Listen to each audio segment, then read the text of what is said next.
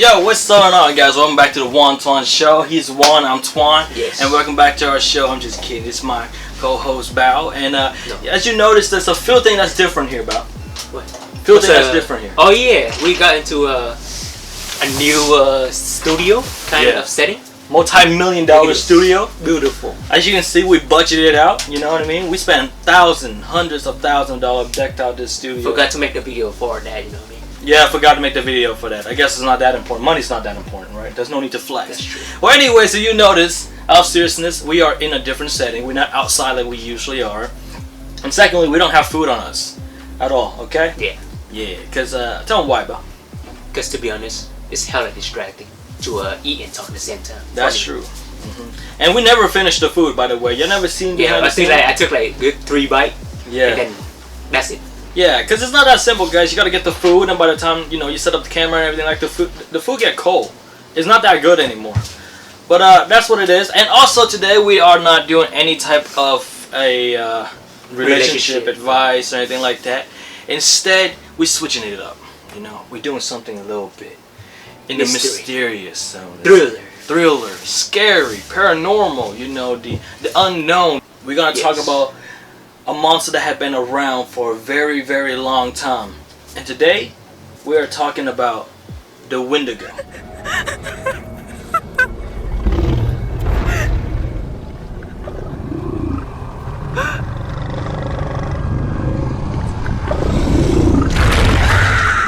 Bro, I'm hella distracted by the thousand mosquitoes gathering around you. Assistant in the do-rag, can you please hand us the Also, we have my assistant with me today, Shannon Shay. Can you hand me the insect spray, please? Close your eye, bro. Is that good to spray there? I don't know. We're experimenting. Let me explain to you what is a Windigo. According to Google, Windigo is a mythological creature or evil spirit which originate from the folklores of the Native Americans. Specifically, now I'm gonna butcher this word. Specifically, the Algonquian. So people along the Atlantic coast of the United States and Canada. They say to be demonic and half beast. Not the people, the Windigo. They are malevolent, cannibalistic, supernatural being of great spiritual power who were strongly associated with the winter, famine, and starvation. Makes sense. Mm-hmm. Now, so we all know it as Wendigo, right? With an E instead of an I. Yeah. That's the correct spell? It is not the correct spell. Oh. So according to the native, it's actually Windigo. The other name are known as Wendigo, Windigo, Windago, Windigo, Windiga, Witiko, Witikau, and then also Manaha. And that's just one of the 34 different, name for it, because there's a lot of First Nation. They call it First Nation, or like the first tribes that were in the land before we came in. So basically, it's different tribe. Yes. Word. Yeah, many different tribes. So it interpreted and named differently depending on the tribe. Most of the people who seen Windigo, they see like a 10-foot tall demon with enormous head, gigantic teeth, inside twisted mouth, and they have like these beady eye where it's all dark and there's no emotion, it's cold. And some also say Windigo has either no fur at all or snow white fur, often blood-stained or matted. Its hand and feet ends in razor-sharp talons with twisted lips that are filled with blood, and their tongue are a disgusting dark blue. Okay, so dark blue. Yeah, dark blue. I looked up a lot of the characteristic for Windigo. Yeah. And the two common characteristic is that they have very twisted dark blue tongue, and that they are very foul smelling. Makes sense. Those are the two. They basically walking rotted corpse that very smart, very intelligent, and very strong. They also remain emaciated.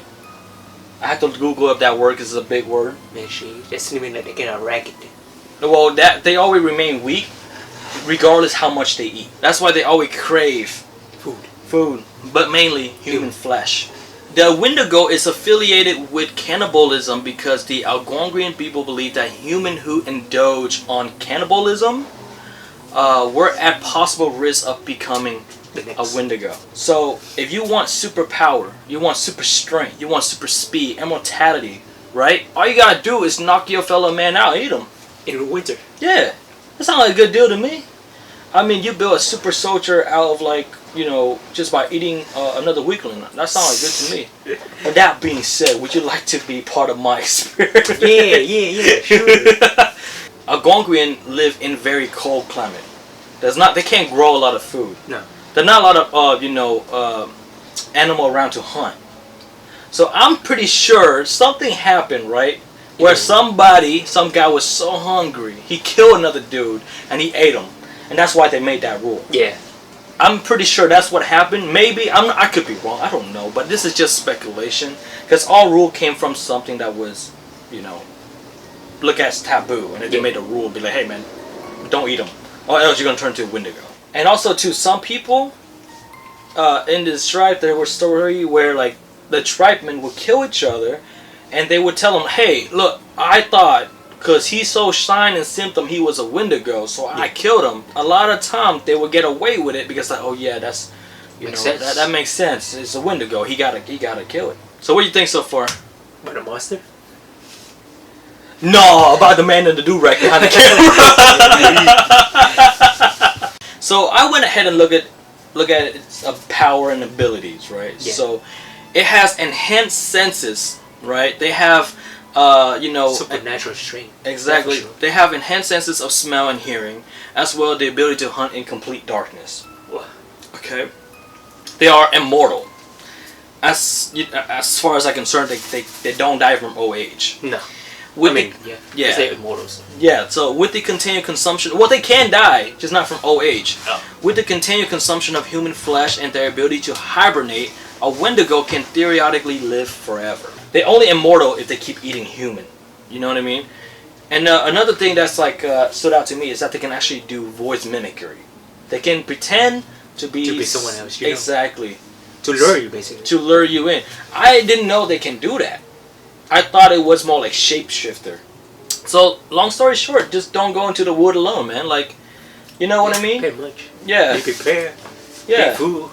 Yeah, and if you hear your mama voice going off in the wood, just ask yourself a question: why would my mama be here? You know, don't be dumb, bro. Just leave the wood. She wouldn't be here calling out for you. You know what I mean? How do you know she even know that you're here? Yeah, exactly. It's crazy. I mean, would you investigate? No, I wouldn't investigate. What the hell? Just in case. You tell me. I mean, at some point, like that morbid curiosity, There is no morbid curiosity. I care about more my life than the morbid curiosity. What do you think, we white people, man? We're not white people. Okay? No. We did. Okay, we did. No, well, you can look. I'm going to wait in the car. I'm going to time it. I'm going to give you 30 minutes. You don't come out the wood, I'm leaving. So anything can be killed. So it has some weakness. Okay? Just in case you ever come face to face with one. Take a pen and paper out. Write this down. Just in case you're in the wood in the Northern America by yourself. Okay? Border Canada. Burning a Windigo is the only known way to effectively kill one. Which makes sense. I mean, fire kills everything. I mean, fire is known as like a cleansing power, basically. I mean, I'm just assuming fire just burn everything to ashes, and you really can't come back from that. And then also, very similar to werewolf, they're also afraid of silver. Ooh. Right. I didn't know that. Yeah, they can be injured by silver tip bow and arrow. So typically, you would injure them with some type of silver weapon, and then you would effectively burn them to kill them. There's a tribe, also one of the First Nation, called the Anasazi, which is, they made a bunch of symbols and things like that as protective symbol in the way they communicate. Yeah. Well, apparently the Windigo is afraid of these symbols. People would, I guess, wear on their chest, they would write it down, and they stay inside a circle, very much like if you see a demon or something, you make a protective salt circle. Well, instead of salt, you use a Nazi symbol. Okay? What? A Nazi symbol? Yeah. Anasazi. Okay, when you say it so fast, it sounds like the Nazi symbol? No, Anasazi symbols. Long story short, always stay strapped. You know, get yourself one of those Tesla flamethrower. Whenever you go to hike in the wood, get yourself one of those Tesla flamethrower. Okay? Pick up some books, about the Anasazi. Learn the symbol. Yeah. Learn the language, learn the culture, write it on your chest. Yeah. Get a tattoo on your body so that, there you go, you don't even have to learn it, just get a tattoo on you. Hopefully they get all the characters right, because if not, you're fucked. Alright, and pick up a hobby, pick up like fletching. and you know, what is it? Archery. Archery. Pick up archery and fletching, man. Just make yourself some a silver tip arrow, or just get a shotgun with like silver bullet. You know what I mean? Silver tip spread bullet or something. Sure, man. Whatever. Because I think that's been pretty fast, actually. Extremely fast, apparently. So I went around and looked at all these encounters, and it came. I passed a lot of story because they just seemed very not that interesting or very vague. Like some guy went into the wood and he saw something furry. He's like, "Oh my God, Windigo," and he ran. It could have been a bear. So, anyways, I came among a good story. Now this is a long story, so I'm gonna read it to you. So this is a story from a random Redditor, person who used Reddit. So back in 2019, I remember there being a big uproar of unknown creatures roaming the forest, like Bigfoot and skinwalkers. Hint, hint, we might do those too. But this story isn't about them. This story is about probably one of the scariest thing I think I have ever heard about. The Windigo. A few months after one of my friends Jacob mentioned this big uproar, I went to go and see him since I had been away enlisted in the United States Marine. We were having a good old time, I'm sure they were, and he brought up the idea of going out to a little hangout spot his now ex-girlfriend took him to when they wanted to get away for a few hours. You know what they're doing. They ain't out there fishing. Playing card.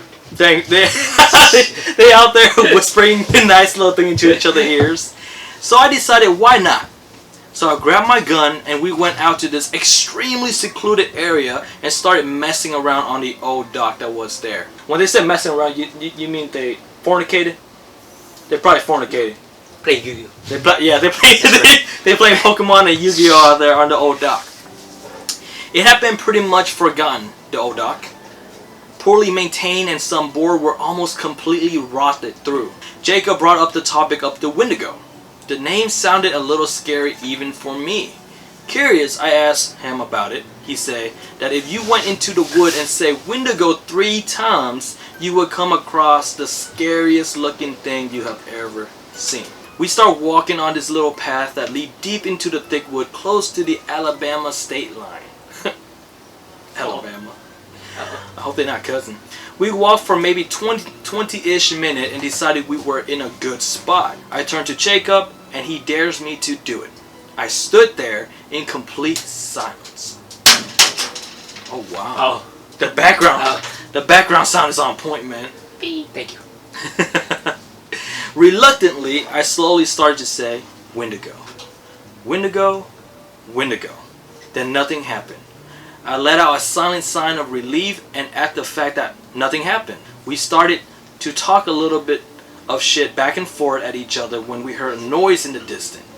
Oh man, it went perfectly like a tree branch fall on the roof. That'd be great. Me still having the reflexes I had from the Marine, I immediately snapped toward the direction of the noise that were just then turning into noises. So now to hear multiple things. I started to move closer to the noises and then shortly after we saw a few coyotes running across the path about 30 feet in front of us. I breathed another sign of relief, but that relief didn't last long since I knew something was up. I didn't know what was up at first, but I just knew it was time for me and Jacob to leave. See, she's an Asian person probably. You see that's the normal rational thing to do. You hear it, you don't feel safe, you leave. You don't go investigate it. This is not a poorly made horror film from the early 2000s. You know what I mean? This is not Scream. As we turned to leave the wood, all of a sudden a tall pine tree started to groan and creak as it started to calm down. Noticing this, and in a moment of pure instinct, I shoved Jacob forward as the tree came falling through the rest of the branches and landed right in between us. Jacob let out a cry of terror as the tree landed, and I hoped the tree get to him. What? Oh, and I hopped the tree to get to him. I'm like, damn, you vicious. I could feel his heart pounding like a drum as I grabbed him by his shirt and yanked him to his feet. He was still terrified and still practically crying as I screamed at the top of my lung, "Move, Jacob! Fucking move now!" Say that shit, say that. No, it literally said that, bro. It said, "Move, Jacob, fucking move now." I spun him around really hard, causing him to fall to his knee. I quickly got him up and we both started to sprint down the path back into the direction we came. I was sprinting to the wood with a familiar sound coming from behind me. Jacob, come quick. She heard his sister Olivia screaming out, Jacob, come quick. So this thing is mimicking his little sister voice. He turned and tried to get past me. The whole time he was screaming, Olivia! I stopped him and said, Jacob, look at me. It's not her. Do you hear me? It's not her. Just then another pine tree started to buckle. I saw it just in time to tackle Jacob down to the ground, as both of us were nearly crushed. I screamed at Jacob once more. Go! Get out of here! Go now! As I was screaming, then I pulled my gun out of my waistband and aimed it down the trail in the direction from where we came. Jacob made it to the opening of the trail and turned back and noticed I was still aiming my gun down the trail. Bradley, get out of here. Come on, hurry. I turned. Oh, so it is a dude, not a girl. So the main character name is Bradley. Or this person, whoever was telling the story, name is Bradley. So they were gay? They were messing around the old doc? Or they actually were messing around, just like playing around. I turned and started sprinting toward him. As I made it into the clearing a good 50 feet, I turned and me and Jacob both saw it, the Windigo. It stood about 9 feet tall on its hind leg. There was practically no meat on its bone. It had really skinny legs and even skinnier arms. But the thing I noticed the most about it were the eyes. A vibrant blue, almost like lightsaber blue for those who have seen Star Wars. Having had enough fear, I raised my gun and fired at the Windigo. Jacob, not sticking around to see if I had killed it, turned and ran toward the car. I turned and did the same thing as he passed me. That was my first experience with this thing called Windigo. And I pray almost every night I never have to encounter something that terrifying again. I just thought it was interesting because it's a good story. Yeah, it's a good story. I don't know if it's real though, but it feels like it's something like someone should write it up to make it more logical. You know what it is? He probably saw a bear. They all saw a bear, man. They're just like, oh my god, that Windigo looking be kind of thick. And I found out the Windigo is actually a way for the Native American to keep their people together and focus on building the group. You know, focus on the needs of the entire group and not just their individual need. You know, reduce the selfishness, right? So they're basically saying not only if you eat another human being you can turn into a Windigo, but if you start to have like, you know, like quiet taste for it. No, not even that. If you start to like become selfish, you only think about yourself. There's a potential chance that you also turn into a Windigo. That's just how they keep their people together and things like that. Alright, so I came across a couple of stupid questions about the Windigo. Yeah. Right. There's a good question and there's a stupid question. One of the stupid question is, can you tame a Windigo?